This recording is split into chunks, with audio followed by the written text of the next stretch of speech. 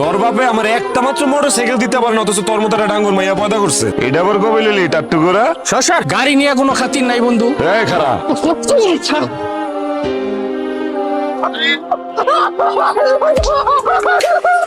আব্বা, তোরে ওরা খুব নির্যাতন করে। ওরা আমারে খুব আদর করে।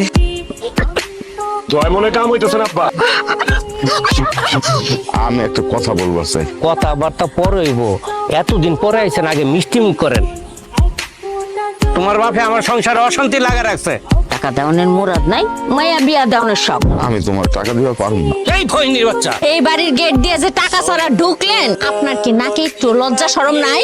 আমি আরো রেডিমেডি হয়ে ঠিকঠাক যে হোন্ডাটা যায় লয়া মুখালি, এই মুহূর্তে আপনি আমার এই কথা কন। কিন্তু একজন পুয়াতি মায়ের এইভাবে কেউ মারে? আগে কও আমার মেয়ের সাথে তোমরা এরকম করতেছো কেন? কারণ আমার বলে আপনার কাছে যৌতুকের টাকা পায়। দেখছেন কিভাবে অবৈধ টাকা দাবি করে? মরেন, বিষ খাইয়া মরেন, বিষ খান। তুমি ভালো করে চেনো আমারে, আমি কতটা খারাপ লোক।